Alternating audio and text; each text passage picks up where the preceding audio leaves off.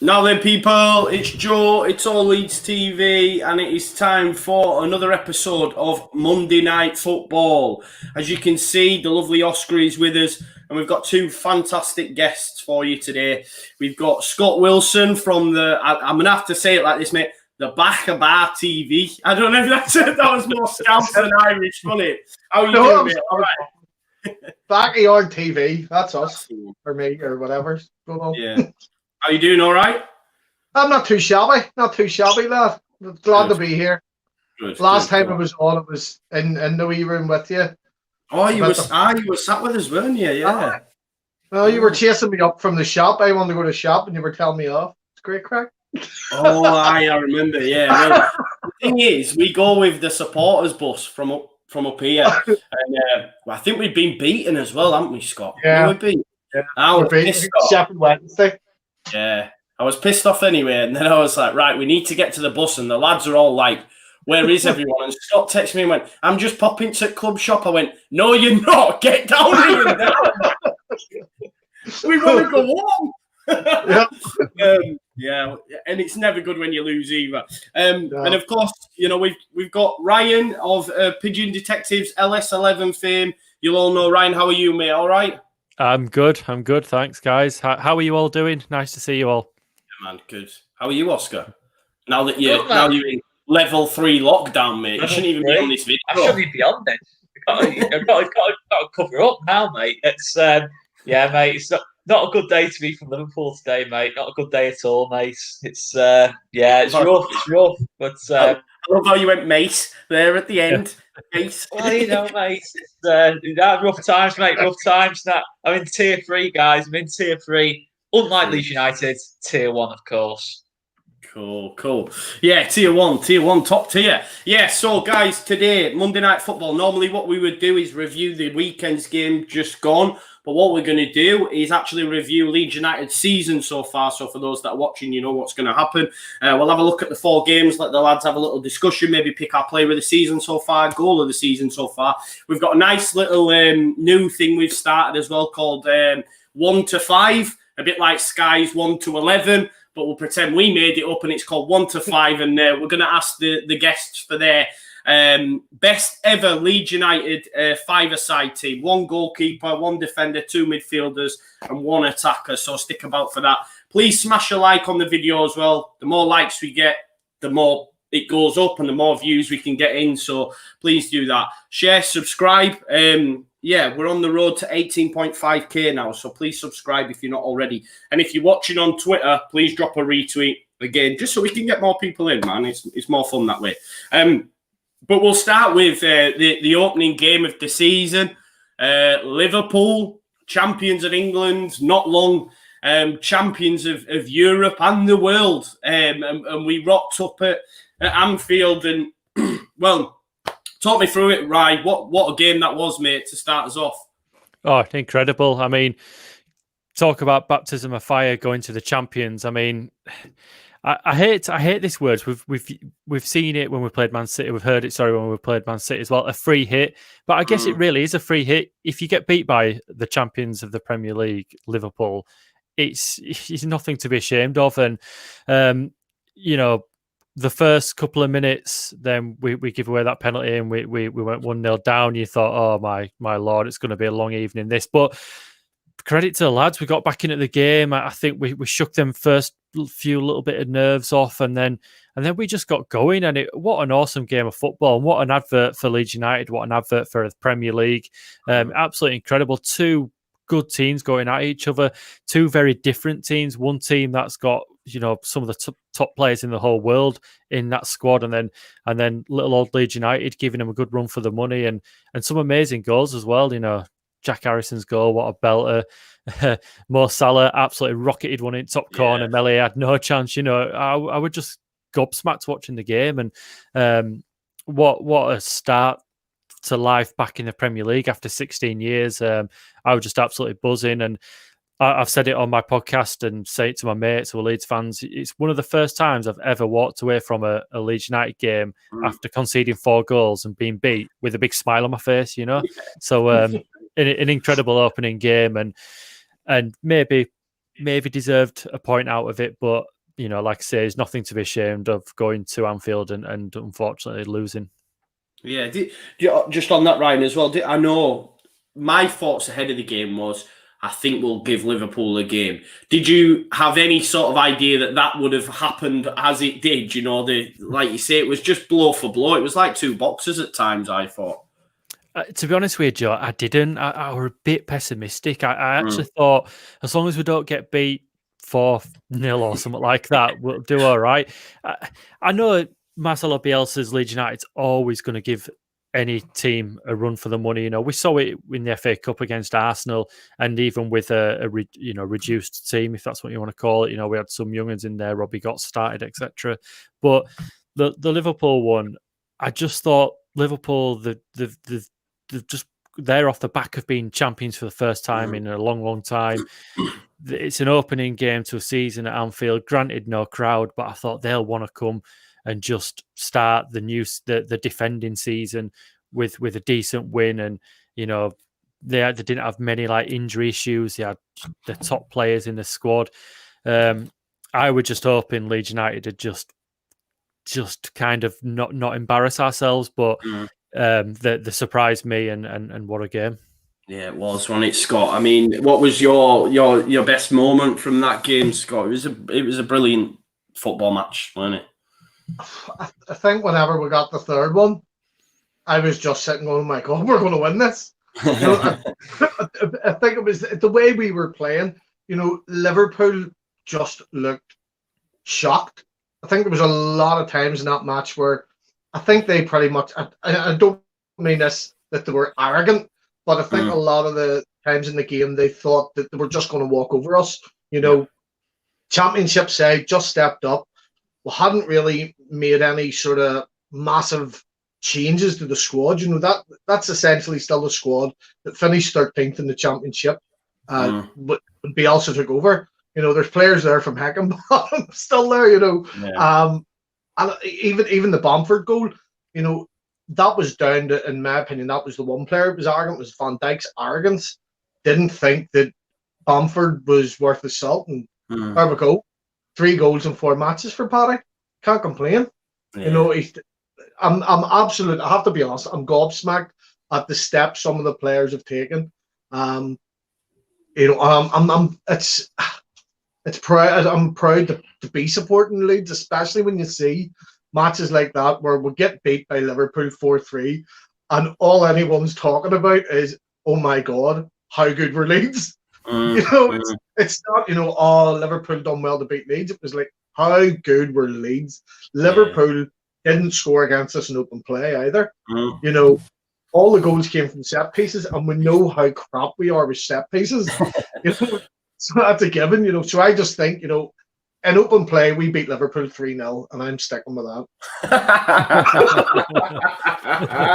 I'll take that. I'm with you, mate. But Oscar, I'll tell you what, Scott, I just want to get your opinion on this, because obviously living in the area as well, you might get a feel for it. I've found that as the season's gone on, the respect for Leeds on that game has been like a bit like what Scott said, as though Liverpool were on an off day and that's the only reason why. And it's got a little bit frustrating at times for me, because I'm like, no. We forced them into that, We forced them in Alexander-Arnold to have a poor game. Van Dijk, maybe there was that little bit of arrogance there, but do you feel the same, or do you feel that I guess respect is on Leeds? I just feel doing other things that were still not being talked about as being up there. We're just a bit like a flash in the pan kind of thing, coming up, play for a few games, it won't last. Liverpool have just started poorly. I don't know what your thoughts are on that, mate. Yeah, I mean, a lot of Liverpool fans, especially some of my best mates, said in the game that Liverpool on the day, I think as Scott said, there was a lot of arrogance about Liverpool on the day. I think certainly Van Dijk was one of the standout ones. I think Alexander-Arnold wasn't really fully at it, but I think there's a little bit of arrogance there as well. I think he thought he could just use it as a bit of a training exercise and that. And obviously Wijnaldum, his head was turned a bit, and there's a little bit of excuses made about that. Well, Liverpool fans I know acknowledged a lot that Liverpool only won that game because Mo Salah was absolutely on it. Mo Salah was absolutely brilliant for him on the day. And that goal he scores, I know he scored 2 penalties, but he was probably their only threat on the day, and that's probably the only reason they won, because a world-class player has turned up when they needed him. A lot of Liverpool fans have said they've never seen a right-back do to Sadio Mane what Luke Ayling did to Sadio Mane. Yeah. He said, you look at Mane the week after against Chelsea, he scores 2 against Chelsea. And against Leeds, he didn't have a kick. He didn't have a kick in the game. And that's what I take massively from it. I think, to be fair, a lot of Liverpool fans I know said it was a little bit of both. Liverpool weren't fully at it, but Leeds were outstanding, and Leeds deserved something from the game. And I think what, obviously, is separate from the Liverpool game, but I think what a lot of people are using against Leeds so far is that our 2 wins have come against Fulham and Sheffield United. Sheffield United are okay, but Fulham are pretty poor. Okay, maybe you could go off that, but I think certainly since the City game, round here, a lot of more respect for Leeds. The fact that we've just stopped City, taking 3 points, and the fact we've played Liverpool and City and deserved probably something from both games, and we've actually had more possession in both games than Liverpool or City. No other team will do that this season. I'm willing to put money on that. I'm willing to put big money on that. I might actually have a little look what the odds are on that actually, but I'm just thinking then. But no other team will do that this season. No.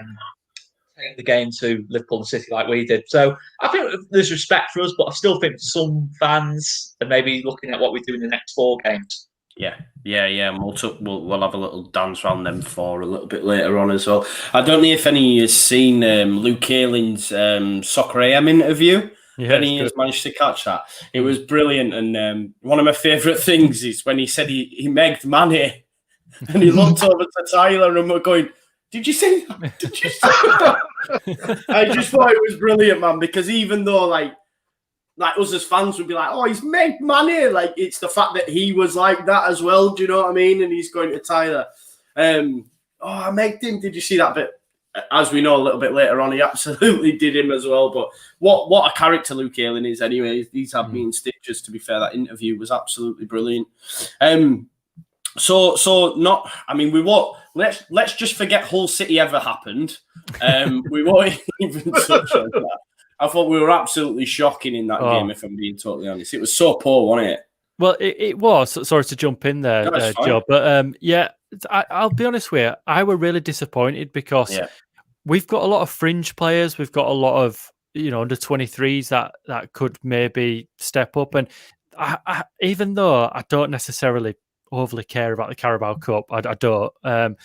But I thought that'd be a really good opportunity for them. And for that game, I was disappointed that Barry Douglas's, Yalioski's, they didn't even really step up. And for me, they needed to be kind of showing that they could maybe knock on the door for the Premier League squad. And so I was disappointed all around, really. But that we couldn't continue in a little bit of a cup run to let our fringe players get the minutes under the belts. And B, some of the fringe players just didn't really turn up. So, I mean, it was a horrendous game. Like, I've never seen a Marcelo Bielsa's Leeds United team kind of play that poor, if I'm being honest with you. We just couldn't string 2 passes together. And, end of the day, Hull are a League One team now, and they've lost a load of the better players, and they outplayed us. They deserved the win. I know Alioski scored in last minute or whatever and didn't deserve to go to penalties, really. No. But yeah, so that's my views on that. Very briefly. No. I know. Me and Oscar, we did the watch along, and honestly, it was like pulling teeth at times. It was that bad, and I said exactly the same. Ryan, is like no player in that side would have the right to go to Bielsa and say, "I deserve a start." Now, I thought Tyler Roberts really. I suppose we'll touch on that actually a little bit later on. Just people who haven't really pulled up any trees, and I was really disappointed with Tyler, if I'm being totally honest, because it's a perfect opportunity for him to show what he's made of. Grab the game by the scruff of the neck and knock on the door as it is, because we haven't got a big squad and Pablo's out. He's been playing anyway, but he didn't do himself no favours in that game for me. But Scott, I'll come to you. The next one after that was Fulham. Me and Oscar did a watch along. I remember we went 4-1 up, and we thought we were going to win the game about 8-1. And it just swung massively because we absolutely battered them for a period of time. What were your thoughts on that game, fella? As you said, when we were 4-1, I was fully expecting to go 8-9. Like, I thought we were going to get some sort of record lead score there. And then all of a sudden it went 4-2, and it went 4-3, and I was just going, please blow the friggin' whistle. It was a pure Leeds performance, if you know what I mean. Like, we absolutely battered them, and they got, we made a few mistakes, and they made us pay. And it sort of it kind of grounded me from the performance against Liverpool. I was actually happier with our performance where we got beat by Liverpool than the win against Fulham. Fulham is a team that flat out, they are, pardon my, I'm not going to say French because they don't really like us right now, but pardon my fish and chips language, but Fulham are shite. Fulham, if they win any more than 2 matches this season, I will be absolutely gobsmacked. They're going to finish rock bottom. They're absolutely pure bollocks. And for them to get 3 goals against us, I think we'll have to sort of look at ourselves and go, right, we need to fix that. Attacking wise, I think for us it's always been, defensively, we were always all right. Our problem was attacking for a while. And now that we're in the Premier League, it seems to be the other way. We're dangerous going up front. Other teams' defences are absolutely bricking it when they see Paddy Bamford, dragging defenders out, and the next thing, Costa and Harrison bombing in out of nowhere. And they're wondering why we're we're where we are. We will, we'll learn from these things, and I think with the defenders that we've signed now, I can't see that being a repeat. I think we'll 100% learn from it. It's the one performance for me. Meslier was abysmal, but the other 3 games he's been top notch. Been absolutely top notch. Against Liverpool, yes, he conceded 4, but some of the saves he pulled off against the champions of Europe, essentially, one of the best clubs in the world at the minute. Meslier pulled it off, and he done the same against Man City. So for me, Fulham was kind of a one-off. We'll make our chances count, which is something that we didn't do previously. Paddy Bamford's really arousing the fans at the minute, let's be honest. I love that. I was just looking there, just someone came in and said, Oscar, why do you look so sad, right? And then he must have read it, because I looked at him and he went like this. I looked at you first and he smiled. I was like, that's a forced smile. That is. It was like someone went like, and then all of a sudden he just went, the most awkward smile. Oscar, just on that, mate, yeah? Do you know what I think the most frustrating thing for me after the Fulham game was this whole Leeds can't defend. Leeds can't defend. They need to shore up the defence. It's going to be 5-6 every game, 4-3. And it frustrated me because it was hard to argue with it for someone who'd seen Leeds for the first time. But I knew we ain't forgot to defend overnight. And we showed that in the game since. But it was a little bit frustrating that apparently we have this leaky defence. I don't buy into that. Was it the same for you, mate? Yeah, mate, it was really frustrating. I think that's the Liverpool game. A lot of people I follow on Twitter and that lot, non-Leeds fans, were saying, "Oh, look at Bielsa's chaotic man marking. It's chaos. It's chaos. Look at that 4th goal. It's chaos and everything."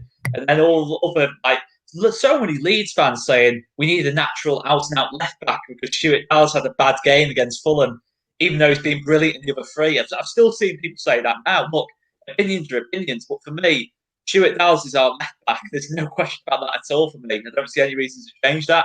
We just saw a lot of knee-jerk reactions. I think obviously Robin Koch was considered one of the worst centre-backs in the Premier League after 2 games. And he's kind of proven that straight away. He's proven that wrong. But yeah, a lot of criticism early doors. And the thing is, you look at it, I just think we were clinical and teams were clinical against us. I don't think either game, certainly that Fulham game, I don't think it was a 4-3 game. I just think every single shot just went in.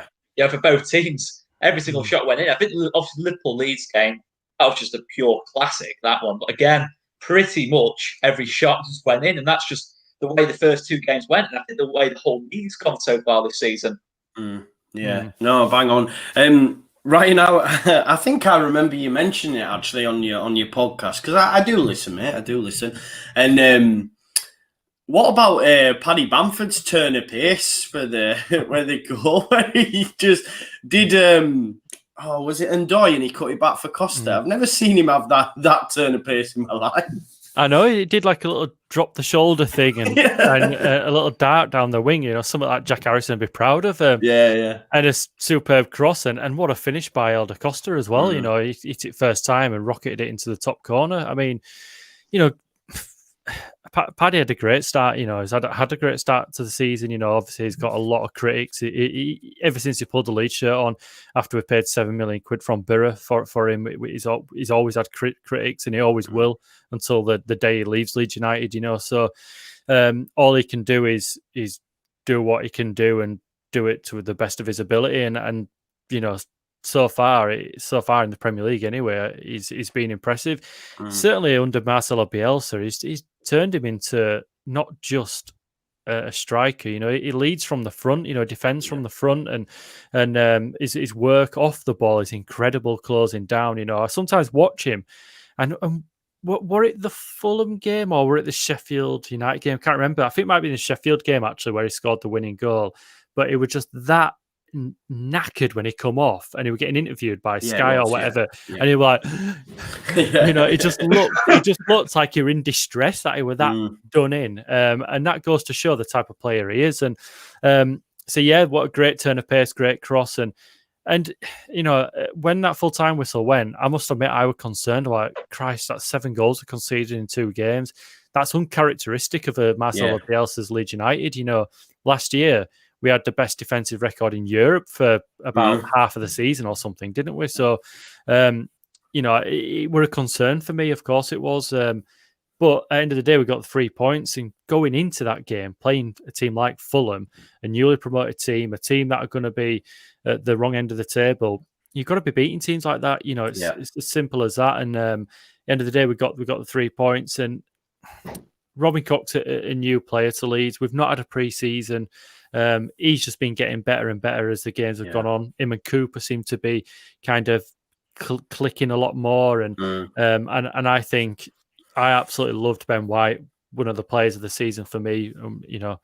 But to get him and Llorente for pretty much the same price as what Ben White would have cost us from Brighton, if Brighton would have accepted that bid, I think that's a steal, really. I think we've got 2 really good centre halves there. We're yet to see Llorente obviously in a Leeds shirt, but from what I've seen of him, for Spain and what he's done in at his club in Spain, I think we're on the right tracks, really. So back to the Fulham game, a mad game, conceding them 3 goals after we looked like we were cruising. Were quite concerning, but we got the 3 points, and obviously Bielsa, I remember looking at him after that game when the final whistle went, and you could, obviously we just got the 3 points, but you could tell he really wasn't happy. And, for him, he would have been really cheesed off at conceding them 3 goals and in the manner. Like he really did. Yeah, he did. Really, really cheesed off. And then it was a very different performance against Sheffield United, in the defensive part of our game. So obviously it's something that worked on between the 2 games. Does anyone give, bearing in mind the fact Paddy Power have already paid out on this, does anyone give Fulham a chance of staying up this season? No. Why are you even asking that? Because for me, right, as I get it, right, they're so bad, right? Yeah. But I mean, to pay out after 3 games, if you get Big Sam or someone like that, a relegation specialist, it might all of a sudden look a bit, if he tightens up, like, I know what you mean, but I think Parker just seems like he's got his feet tucked under the table there. Like, I don't think they're going to sack him straight away, because I mean, if they're going to sack him after he went to have a go at the Fulham's chairman, I don't know if you saw that, like publicly say, he should be back in the air. He would have been sacked then. If they had intentions of sacking him, they'd have said, you know what, you just can't blab into the general public with his sack you then. But for me, I don't think, I've seen a lot of people talk about Parker and say he'll be the first manager sacked. I don't think he will. I think they're just going to give him time and time and time. We'll go in the end, but nah, Fulham are gone for me.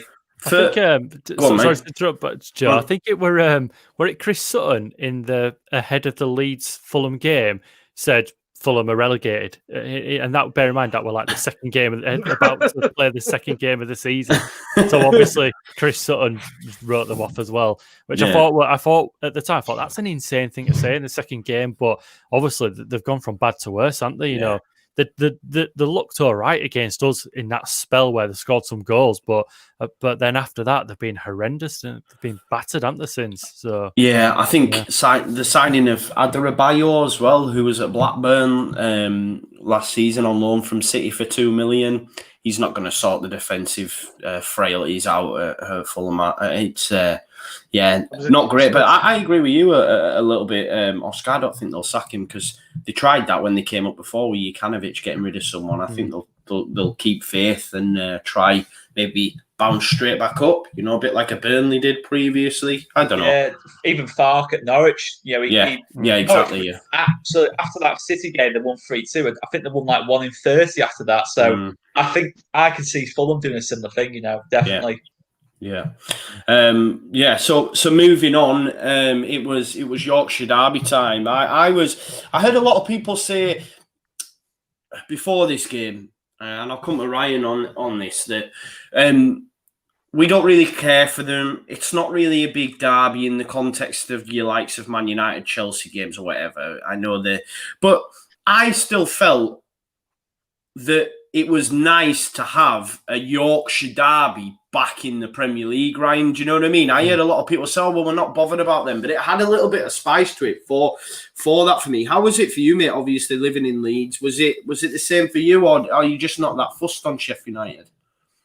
I'm not that fussed on Sheffield United in the grand scheme of it, but as a proud Yorkshireman and a proud Leodian, whatever you call us, I were buzzing to play Sheffield United, because also I had a bit of an axe to grind, because that season when they pipped us to second place, you know, that goal they scored at Ellen Road on that really wet and windy day and beat us 1-0, and that were it for our season for that second spot anyway. And so I wanted a bit of revenge. I genuinely did. And I actually, after that Liverpool game, after seeing how strong we were in the attacking third against Fulham, I kind of thought, it's class that beer bottle opener. Sorry, Ray. Yeah. I were thinking we can go at them here, because they'd struggled in their 2 opening games. So I thought we can stick it to them. I think we'll do them. And obviously I were right. So yeah, I mean, a derby's a derby, really, whether we're playing Huddersfield, whether it's Sheffield Wednesday, Sheffield United, you know. Obviously for us, the big ones are your Scums, your Man U's or whatever.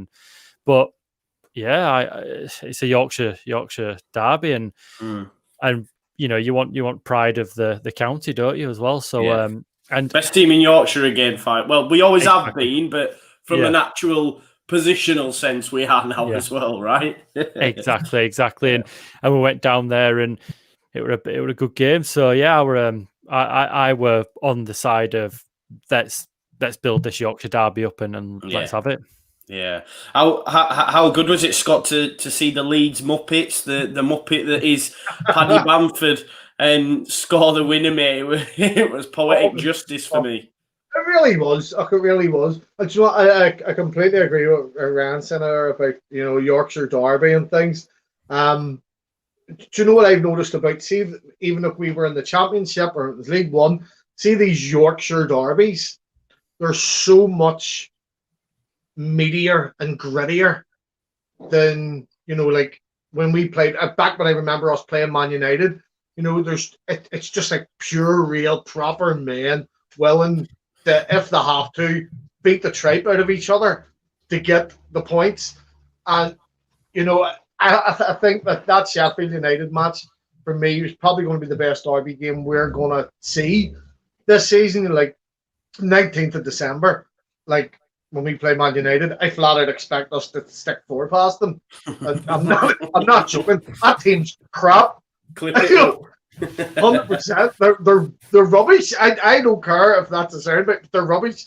But the match against Sheffield United, it was just it was lovely, and you know, with Chris Wilder just being a mouthpiece, it makes you hate them even more, doesn't it? You know, for me, Chris Wilder and Dean Smith are kind of on that same level, where they think they're gods of management, and really they're just two dickheads that have good jobs. You know? So it was brilliant to just go, yeah, us Muppets stuffed you, Sheffield boys. Do you know, I don't mind Chris Wilder. I know he's a dick, but he's a Yorkshire. I don't know. He's just one of the lads for me. I get it. Listen, if he was your manager, he'd be buzzing. I hate Dean Smith, though. Don't get me wrong, but I don't mind. It's just a working man's man. I get the vibe from Chris Wilder, if you know what I mean. He is a good manager. He's done good things, and I don't want to dislike him, but I remember talking to a Sheffield United fan ahead of the game, and pretty much what you just said there, Joe. He said he's like, the reason they love him as well so much is like he's one of us for a start, but he said like the way he talks in his interviews and everything like that, he speaks like a fan. And so he kind of comes down to a fan level, and that's why they love him. But obviously, for an opposition team, they're playing like obviously Leeds, and I know it was last season calling us Muppets or whatever, and all that sort of stuff he's been coming out with. I just find him hard to like, even though I kind of don't want to dislike him, because I actually respect what he's done as a manager and how well he's done for Sheffield United. So it's insane because he managed Halifax Town, FC Halifax, in the lower leagues, not even the conference we're talking, and how he's managed to go from there up to the Premier League. I think it is brilliant. But I think, can you imagine? I know he would never do it, but if you're a Sheffield United fan, at the end of that season after they've secured promotion and he's calling us Leeds Muppets, it'll have gone down a treat in Sheffield. They'll have been absolutely buzzing with it. But he ended up in the Hall of Fame up there. I think he's an absolute legend. I agree with Ryan again. Like, you have to respect what Wilder's done with the Blades, but it doesn't change the fact that he's a dick. Oscar, that's not the beer talking, that's facts. That's not like science. Oscar, it was nice to see us keep a clean sheet, wasn't it, mate? And it was just unreal, man. Ball in from Harrison. I mean, Harrison celebrated it like this before it had even hit his head, wasn't it? It was brilliant, weren't it, mate? Mate, I think the big thing in that game was just how solid we were. It was just a solid, proper. It was not a Bielsa-like team when we played. We deserved to win the game, but it was just a proper Yorkshire derby. I felt, it was tight. Always felt like there was one goal in it. I think we said on the watch along, whoever scores first here wins this game 1-0. And obviously, with the longer and longer it went on, it just looked like it's going to just fizzle out into a 0-0. And to be honest, emotionally, I felt very different about a 0-0. 0-0's all right at Bramall Lane, but we were the best team by far, I felt, in the second half. And I thought we really just improved in the game. And I think the thing with Sheffield United is that, look, I think last season, to get to 9th, I think it was, they got in the end. Very impressive, but I don't like watching Sheffield United. I think I think they love to spoil the game a lot. They always like to just sit part of the bus a little bit. I know they have like these overlapping centre backs and all that other rubbish and that lot they go on about. And it is, I mean, Chris Wilder's some kind of messiah because he got Chris Basham to run forwards once. Bielsa does no respect on his name, though, Oscar. Bielsa does say, "Look, I've tried to do what he does, and I've not been able to." Well, it's not working very well now. The bottom table. That's true. Well, they don't have a goal scorer, do they? And obviously, they brought in Brewster, so it'd be interesting to see how that works. I think it's a massive. I think we've already said before. I think Brewster, to be fair, to get him for that price, in terms of resale value, if he does well as well, that's the thing. I think he probably keeps them up. To be fair, I think he does add goals to the team. I just don't think they're as solid as what they were last year. I think they can be played through, but a good win. Really good win, Matt. I think that's the kind of win that I still don't think many teams will win at Bramall Lane. I think it'll be easier to play, but not many teams will go to Bramall Lane and win this season. Sound. Guys, Melier, I mean, that save against, was it Sanderberg? No, who was it? It was Lundstrom, wasn't it? That save that he pulled off. I mean, what a save that was. Oh, unbelievable. And for me, that's where he really came into his own that game. Obviously questions before with the amount of goals he conceded. Obviously, I know there were some penalties in the Liverpool and Fulham game, but yeah, I just think it were just incredible reactions and everything you want your goalkeeper to be. A goalkeeper with reactions like a cat. That's like the cliche in it, and just absolutely brilliant. And I'm really pleased for him, because again, he's had question mark over his head. Is he too young? Is he ready for the Premier League? And obviously, you've got to go by in Bielsa we trust, of course. If he thinks he's good enough and ready, it's Bielsa's decision, and we'll respect that. But it were incredible, really, because I think it were one of the Leeds players, I think it was Bamford, who were doing his post-match interview. And he said, like, oh, yeah, the Sheffield United players were going, who's that guy? Who's that guy in net? Because basically nobody really knows much about him. Obviously maybe some Championship clubs do, because he's been in the Championship with us for a while. But Premier League clubs are probably like, who's this 12-year-old in net? Because he just looks like a big gangly 12-year-old, doesn't he? He's such a young-looking lad. But no, I were buzzing for him. 2 world-class saves in that game. I think we're at Basham. One where we're going in towards top corner, and strong one-handed save, and then that, so over the moon with him, and I think it's done him a world of good, and for his confidence moving forward. What are your thoughts on Ilian Meslier, Scott? I love him. I absolutely love him. I grew up. My dad was a goalkeeper. He has 1 cap for Northern Ireland, apparently. Oh, apparently, is it not more than me? Let's be honest. But he did. But my dad played for a lot of local clubs in Northern Ireland, Dundalk, East Belfast, things like that. So obviously, I followed in his footsteps and became a goalkeeper as I was growing up. And one thing that I always picked up about being a goalie was you had to be agile, you had to be flexible, and you had to be really you had to be quick on your feet, because as soon as someone shoots at you and they've hit that ball, you need to be going that direction already. And it's one thing that I've picked up with Meslier is that he's a great reader of the game, and his flexibility and agility it's top notch. And he's still only 20? Yeah. He's doing things now that some keepers in their 30s, when they're supposedly in their prime, aren't doing. Meslier is going to be an absolute worldly goalie, and we've got him at the right time, at the right price, and I think we should do everything we can to hold on to him. I really do. See, January, there's going to be clubs banging down our door for him. 100% believe we'll be getting offered ridiculous money for him, 100%. But he's pulling it off, like he really is. A couple of mistakes throughout a career as short as it's been so far has absolutely nothing on the greatness he has shown. And I really do think that Meslier is going to be 20, 30 years time, we're going to be calling him one of the greatest goalies that Leeds ever had, 100%. Wow. A hand on heart believe that. His length and his he's really long arms. I think someone was talking about Adrian the other day, the Liverpool guy. It's absolutely crap. He's got really short arms. Meslier doesn't. Mellier's he's like Slender Man. Sometimes he doesn't even need the jump.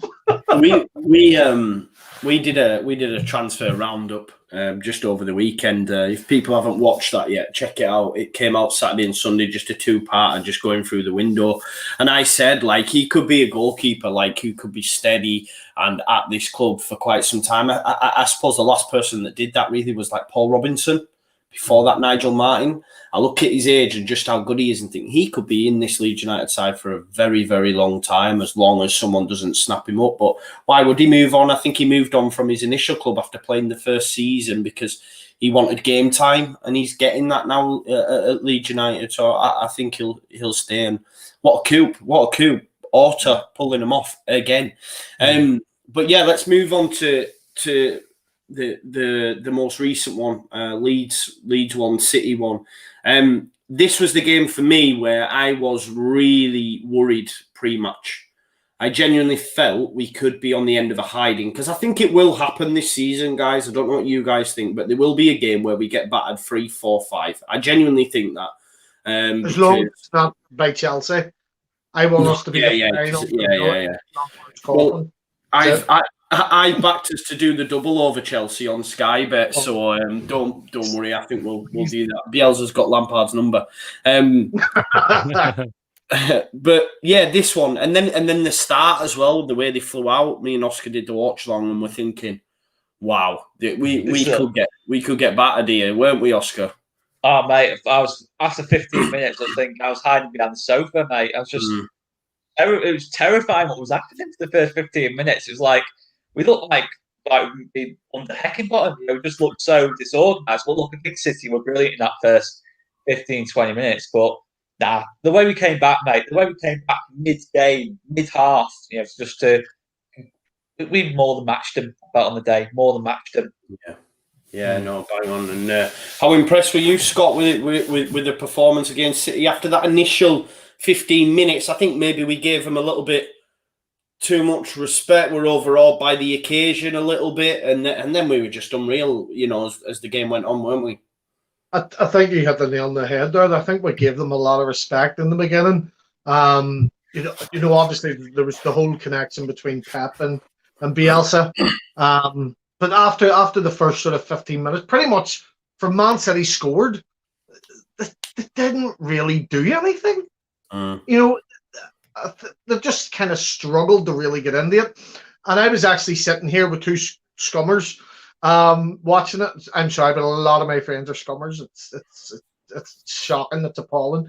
But they're sitting here in the backup bar with me watching the match, and it was actually whenever Rodrigo scored, I just sat staring at the screen, and they're nudging me, you just scored against Man City. It's 1-1. I'm just trying to let it sink in here. I'm just letting it sink in, And again, for me, it was a bit like the Liverpool result where. I was disappointed we didn't get at least a point against Liverpool. And that Man City game, beforehand I thought, yeah, I'll take a point right now. But see, after watching it, I thought, how did we not beat them? Yeah. I think for us, the big thing for us is we're a 12-man team. You've got those guys on the pitch, and then you've got all us in the stands. And I think if we're there cheering them on, that's a match we win. We turn that around and we win 100%. We really do. You see certain times we'll really boost up those players and they get really fired up. But then there's other times where we can drag them down as well, which it's a side effect of us being so passionate. But I really do. I think that match in particular, with fans in the stadium, that's a game we walk away with 3 points. Yeah, I mean, I agree with that. I echo that. I mean, what... Ryan, obviously, yourself, how much of an amazing night would that have been, being in the ground? And obviously we can't get there, but just tea time kickoff, Man City, the performance we put in, and rightly, as Scott said, I think we win the game as well if fans were in the ground. To be honest with you guys, it were one of the fixtures I looked at first thinking, I hope we can be back in the stadium for that. Obviously, the home fixture. Yeah, it would have been absolutely incredible. The atmosphere at Ellen Road, a team like Manchester City rocking up to Ellen Road, Pep Guardiola in the dugout, all these world-class players on the pitch. It just would have been incredible. And like you said, Scott, I think Ellen Road, when it's rocking, we are the 12th man. It's a cliche saying, but I think we really are. And that game, the first 15, 20 minutes, it was Manchester City were frightening, weren't they? Like you, Oscar, I will literally hid behind my sofa thinking, have they stopped yet? Have they stopped? I'm literally like, are they giving us a break? But once we got into the game, we just went at them. Obviously Luke Ayling arguably should have scored just on the stroke of half time. Rodrigo buzzing for him, came on, he just looks so good. You know, you can tell he's a higher caliber of player. No disrespect to Tyler Roberts, etc. But he just looked class, and I was buzzing that he got the goal. I don't think he's been under any pressure to score because he's not been up front, has he? You know, he's been in that kind of midfield number 10 role. So there were no pressure on him to score, but he just looks so instrumental, you know, in everything we did that evening. And yeah, I was just over the moon that we arguably outplayed one of the best teams in Europe. You know, we you know, unlike the Liverpool one week where you might have said we could have or should have maybe got a point out of that. I think the Man City one, we should have got the full 3 points. You know, it felt like 2 points dropped in the end. You know, so it's even saying that it's just an incredible thing, really. And you know, I just can't wait for the next match. It was bad timing for the international break, in my opinion. I wanted us to just keep going, you know, because I think even the lads were absolutely over the moon from what you hear of it. You know, even they were like, Jesus Christ, we've just battered Man City for 70 minutes. Granted, Man City were awesome in the first 20 minutes. Then the last 10 minutes, they were the better team. So, but for like 60 minutes, that 90-minute game, Leeds were by far the better team. And you know, I know some Man City fans that were just quite gobsmacked by it. You know, they'd seen us play like that against Liverpool, but still Liverpool just came and attacked us and got the goals. But a lot of Man City fans were genuinely quite surprised. And I think now, having played Liverpool and Man City, people are actually genuinely looking at us going, these might be the real deal. These might not be like relegation fodder or scrapping around the bottom end like a lot of newly promoted clubs are. These could challenge mid to upper part of the table. So for that, I'm over the moon, and a great night and quite a brilliant scene at the end of the game. Picking it down, Marcelo Bielsa and Guardiola embracing each other. You know, it was just, you know, everything was just left on the field, like two teams going at each other, and these two world-class managers showing mutual respect. It were a brilliant thing to see. It was, mate. You bang on the money. I mean, when Bielsa was still on his knees for a couple of, like 30 seconds it was like he'd been playing the game. Do you know what I mean? It was like, right. And it was beautiful, man. I love the man. It was a fantastic, and like you said, if Edison doesn't have a worldly performance, we win that game anyway. I know he made an error for the goal, but he pulled off some top saves prior to that. One to Dallas, one to Ayling, one to Rodrigo, the header, when he gets his header and he tips it over from the corner. He was unreal that game. But yeah, that was the season so far. We've had a little chat. We've got about 15 minutes left. So what I want to do, obviously, is get your 1 to 5s as well. But I just want to quickly go around the houses, just player of the season so far, and just reasons as to why, really. I mean, mine's Matthias Klick, just because he's just been Mr. Consistent. I think he doesn't get enough praise because he is that consistent, because he is that dependable, because he plays all the time. He's just, Klick's just doing a click, and he sort of goes under the radar a little bit at times. But for me, he's been unreal. What about you, Oscar? Yeah, gotta be Klick. It's no one else for me. I think the way he played at Anfield, especially Anfield, and obviously against City in that second half against City, he just took control. He had De Bruyne in his back pocket. You know, I've not seen many players control a game against De Bruyne like he did in that second half, and he's just been top quality. You know, I think creativity, everything we're doing is kind of going through him. And yeah, for me, he's the best player in this team. He's a player who suits this Premier League football more than anyone else. I think, you know, obviously Pablo is the magician, but Matthias Klick's the one who gets you the results, you know, gets you in games, keeps you in games and that lot. For me, he's been absolutely outstanding. I think just a little shout out for people like Stewie Dallas and Luke Ayling. I think they've done really good at fullback. But Matthias Klick all day long for me. Yeah, guys, get us your players of the season so far in the comments as well. Scott, I'll come to you, mate. Who's yours, fella? I'm very torn because this entire squad is for me. It's the fact that some of these players have stepped up. When last season, even when we got promoted, I thought they'll not make the step up. So I'm going to go with Bill, Big Luke Ayling. what we signed him for, like 200 grand? And you could argue he is probably the best right back in the Premier League right now. Slow down. Slow down. Tell me one person that has marked Sadio Mane out of the game to the point where I remember watching that match and going, why is Bill on the far side of the pitch following Sadio? Do you know what?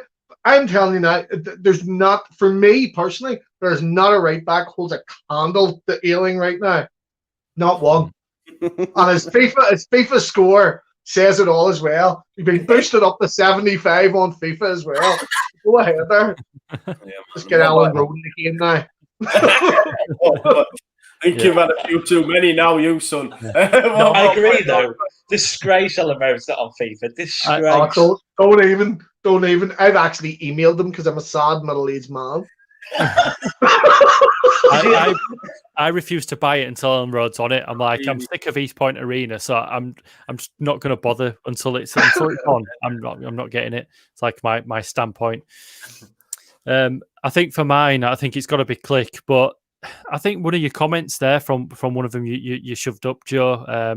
One of the people commenting in, yeah, that's it. Andrew Alexandra said every game has been a different player. I'll go for Ayling overall, and I think he's kind of right. I think Helder Costa were amazing in some of the games, but then they were a bit quiet in the Man City game, for example. So I just think Click's been overall the strongest player in my opinion for consistency. But a massive shout out to Jack Harrison. I think he just keeps stepping up. You know, I know he couldn't play obviously against Man City, but the games before he's been really impressive. So yeah, and a shout out to Luke Ayling and Dallas as well. But I think Click has to be the one for me. And just to go back round, goal of the season so far, Ryan? For me, 2 seconds. I didn't want you to start talking and that kicked off again. Good timing. It's for me that Jack Harrison won against Liverpool. I just thought that touch and that finish was superb, and I feel like it's almost gone under the radar a little bit because I don't know. Even when he scored it were almost like it were a reserve game type goal or something. You know, like I think if that a crowd would have been in there and a massive section from Leeds would have been there. I don't know. Would have maybe got a bit more. If it's messy, it's getting spoke about for weeks, basically. Yeah, you know exactly. I mean? Yeah, and Click scored a class goal in that game as well. So, but I think that one for me, Jack Harrison against Liverpool. Yeah, mine was Clicks though. To be fair, just in that same game, yeah, unreal. What about you, Scott? Yeah, Harrison against Liverpool, 100%, and exactly what Ryan said. You know, fans in that stadium and that goal comes across even better.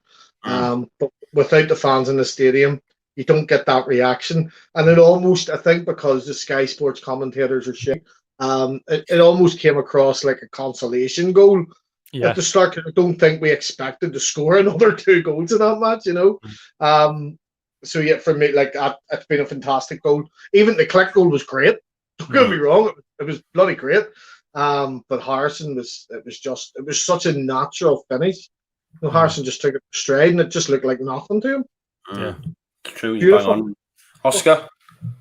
I really liked Bamford's one against Fulham, where it's just like it was a nice little bit of play, and then Click just if De Bruyne, it would say about Messi doing, you know, if Messi had done what Harrison did, if De Bruyne had kicked out that pass that Click did into Bamford, that's getting played on Match of the Day until February, isn't it? It's just the thing is as well, Bamford finishing it on his right foot as well. It's just for me, that's just one. Not necessarily the best goal, but the most pleasing. The one that you look at and think that's been worked out on the training grounds, and it's just come to fruition at the right time. Best goal for me. Nice. Okay, so now we've just to finish really. We've got a new section that we like to call 1 to 5. So basically, the guests that we'll get on every week, we're going to ask them for their 1 to 5 dream team. So they're basically their ideal 5-a-side team. It's got to have 1 goalkeeper, 1 defender, 2 midfielders, and 2 attackers. Ryan, take us through yours, reasons as to why you've picked players in each position, fella. So my 5s is based on my era. So So the players that I've seen at Ellen Road, and I'm in my mid-30s, so you'll all understand these. So for in net goalkeeper, I've gone for Nigel Martin. I think probably one of the best goalkeepers Leeds have had ever, if I'm being perfectly honest with you. What a goalkeeper, absolutely solid, brilliant goalkeeper. For my defender, I've gone the Chief, Lucas Radaby. Just watching him at Ellen Road, just be a leader, and he came at a time where we weren't amazing in particular, but then he kind of went through the Champions League with us. What a guy. Midfield, I've gone for David Bakke. Nice. It speaks for itself. David Bakke, just a class player. And Pablo Hernandez as well. So I think because obviously I think Pablo would be absolutely insane at five-a-side. Imagine him on a little five-a-side pitch. Yeah. I mean, midfielders, we've had so many. I was tempted for people like Lee Bowyer, box-to-box midfield. I bet he's class at fives. We've in my era, we've seen some amazing midfielders, but David Bakke and Pablo Hernandez in midfield. And then up front, Mark Viduka, because I think he'll be awesome at five-a-sides as well. Imagine that ball at his feet. Nobody's getting it off him, and he'll be just absolutely finishing for days. Pablo Hernandez and Bakke feeding Viduka. He'll be just scoring for fun for you. So that's my fives: Nigel Martin, Lucas Radaby, David Bakke, Pablo Hernandez, and Viduka. And again, that's a team from my era, from the people I've seen at Leeds United. Love that, Ryan. That's a solid start. That, isn't it, Oscar? That is a solid start. I don't think many will surpass that, to be fair, unless we get some really old people on. Yeah. Do you know what I mean? Scott, what are you going with, buddy? Just to clarify, see, for everyone watching, this is the first me and Ryan have actually ever spoke. Despite us both being Wilsons, we have not conferred on our five-a-side teams. Don't tell me. But for me, my goalie, Nigel Martin. I think, to be fair, many will have Nigel Martin. Yeah. I'll tell you why. He's one of the best goalies we've ever had. He had, now I'm not going to lie, I have a few wee things, but he had 255 appearances, and out of those, he had 104 clean sheets. So nearly half of his appearances for us, he didn't concede a goal, and 2 of those clean sheets were in Europe as well. So yeah, that's why I pick Mr. Nigel Martin. Hey, please tell me you've got one for each one. Nearly. Defense, for me, it was originally going to go with the Chief, because he's my favourite Leeds defender, along with Robert Molnar. Oscar, you're probably too young to remember. The Terminator, don't worry, mate. Terminator. I'm older with a look, mate. It was a tie between probably Felix Weedwall. Go away. For me, defence in a five-a-side match, it would have had to have been Norman Hunter or the one and only Jack Charlton. Big Jack has to be done. The reason why, for me, Jack Charlton, he was pure Leeds, one club man, record appearances, but it wasn't just that. He just didn't give a fuck. Am I allowed to say that? Yeah, of course. You've said it already. He had the whole philosophy. Him and Norman Hunter both had the philosophy of, you don't get the ball, you get the man. So if you can't get the ball in that tackle, just foul them, just take them down, because if it's a free kick, well, it's another chance to defend and stop them scoring. So for me, in a five-a-side match, get Big Jack in there and he'll knock his pan in. Midfield, I don't have the Corinthian figures for these two yet. This one's on the way, and it's none other than King Billy Bremner himself. Simply because I think, with his career, he had a lot of assists. He was involved in a lot of goals. He only ever scored, 4 goals, but he was involved in well over 50 goals. And he was a great leader. And I think in a five-a-side team, you need someone that can lead that squad to victory, and Billy Bremner is the man. Nice. And my other midfielder, despite him playing a left back for us at the minute, is the Galway man, the Northern Iron boy himself, the Cookstown Cafu, Stuart Dallas. Tell you why. Seeing a five-a-side pitch, it's not as big as a football pitch. And Sturdy Dallas already can play anywhere on a full pitch. So you stick him in a five-a-side pitch, and the Cookstown Cafu turns into the Messi of five-a-side. Someone come up with something catchy for that. Because I can't. But up front, exactly the same as my distant relative that I'm not related to, Ryan Wilson. Mark Viduka. There's the camera. There he is. Big Marky. Mark Viduka has scored essentially in every other game for us. Hang on, let's check what I wrote. He had 240 appearances and 92 goals and 28. I've wrote that wrong. 28 assists. So yeah, it's a no-brainer. You know, Mark Viduka was not my favorite goalie or star striker. Yeboah was, but Yeboah didn't really have that many appearances when you actually look at his stats, and he didn't have as many goals. Viduka was a doctor because he was clinical. You know, when it come to goal. So that's what I'm going with. Nigel Martin, Big Jack, King Billy, Cookstown Cafu, and the doctor, Mark Viduka. I'm going to nick that. I'm nicking that saying now. The doctor, because he's clinical. He's good, isn't it? Oh, God. The doctor's on call. So, Oscar, out of them two, mate, did you get them down? I've wrote them down. Yeah, I've got them, mate. I've got those, mate. Who's winning? Who's winning out of them two, do you reckon? Who are you picking?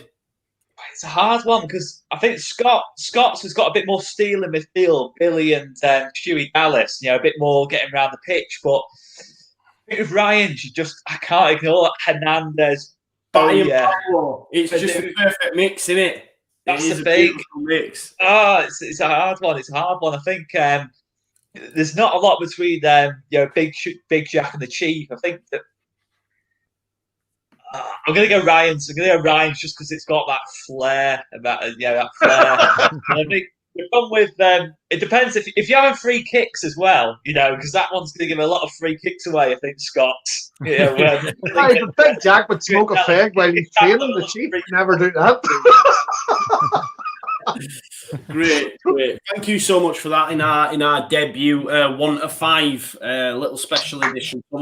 What we'll do is we'll get them put on social media. So give them a share, guys. And for those that are in the comments, let us know your 1 to 5 on social media as well. But that brings us to the end of another great show. I'm just going to ask Ryan, first of all, have you got anything exciting, anything we need to know? Where can we find you at LS11, mate? Yeah, LS11, obviously you might have heard of our podcast. We record now on a Tuesday morning. So tomorrow morning, 8 a.m, I'll be on LS11's YouTube channel recording our podcast live, and if you can't watch it live, then download it on the podcast provider afterwards. But also on LS11 we do various bits on our YouTube channel. We've got a great interview we did with Simon Grayson last week in the Peacock. We've got access to the Peacock when it's shut, so it's not quite the atmosphere certainly of a match day, but a great little venue. So go over to our YouTube channel and check that out, and give us a like and subscribe as well also. Yeah, make sure you check LS11 out, guys. They were very nice in our infancy and our early days, getting us on the podcast and helping us out in that respect. Great team. So make sure you check them out and listen to the pod. It's always a good listen. Darren talking. I mean, sometimes he throws out 80s references that go well over my head. but I listen all the same. I'm like, he says stuff and I know I can just... You have to Google it. And looking at each other as if to say, "The fuck's he going on about?" And you go, "Yeah, we don't know." And he's like, "Oh right, okay. I think the latest one was about Cobra Kai." Yeah. Cobra Kai. What I love about Darren, he sounds like a proper radio presenter. Well, he has got such a radio voice. I love it. Yeah, well, he's been a radio presenter all his bloody life, practically. But yeah, does he do the jingles as well, Ryan? Yeah, he makes them all. That's why they're so cheesy. You know, they're just so cheesy.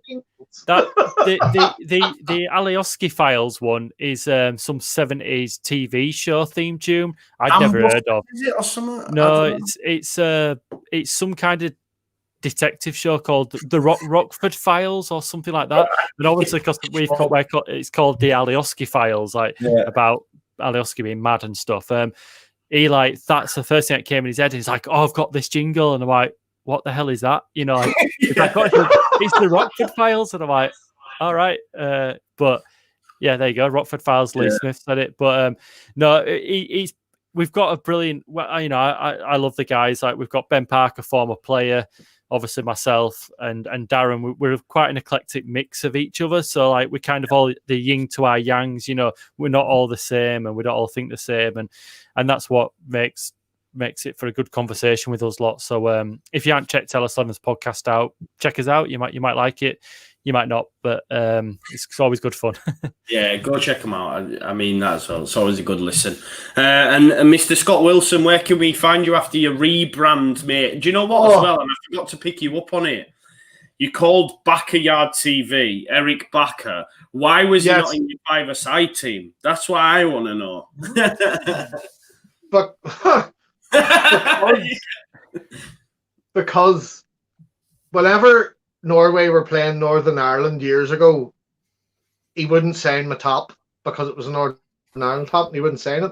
But I still love him. But I'm not putting him in my five-a-side team. No, thank you. I'll pick a Northern Ireland boy, Sturdy Dallas. So where can we find you, buddy?